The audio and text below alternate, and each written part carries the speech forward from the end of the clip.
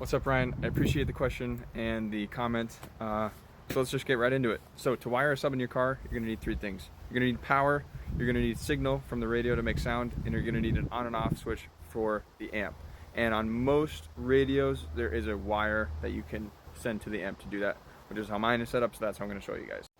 So let's start at the front of the car. You're gonna wanna locate the battery, and all you're gonna need to do from the battery is wire a positive wire to the back of the car where the sub's gonna be. You're also gonna wanna make sure that you get a fuse for this. This is so in case there's an over amperage or something shorts out in the whole system, it will blow this amp versus your electrical system, which, yeah, just get a fuse. This one's a kicker. I highly recommend it. It's been working great, but any brand will work. And make sure that you use thick wires. I would just get a kit that's to wire from the battery to the subwoofer. From there, let's take a look at how mine is set up on the inside of the radio, and I'll actually pull mine apart so you can see how mine's wired. So let's get this guy off of here, and we'll start tearing apart this little nest of wires. So here's the back of our radio. I'm gonna zoom in here. This wire is labeled subwoofer, and that is our blue signal wire. And then we have right here, that blue wire says amp, and that's going to a clear wire, which is going back to our amp. Now let's go back to the amp in the trunk where the subwoofer is, and I'll show you how it's all wired up. So to make mine convenient, oh, the door's locked.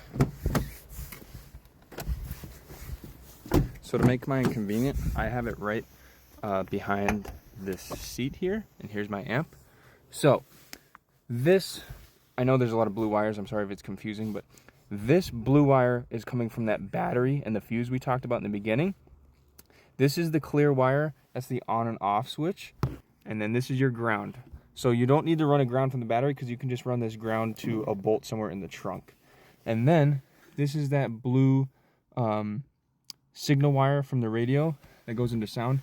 For this particular amp, you need a left and right, so I just have this adapter here. And then from there, all you're gonna need is speaker wire to go from the amp to the actual subwoofer itself. And if you're wondering what this wire is, I personally have a sound adjuster for the subwoofer, which will go up back up front. This is super convenient for testing or adjusting how much bass you have. So I have this little slider. You don't need this, but it's nice to have. Same thing, you just wire it to the back. I hope that is a good amount of information to kind of get you started.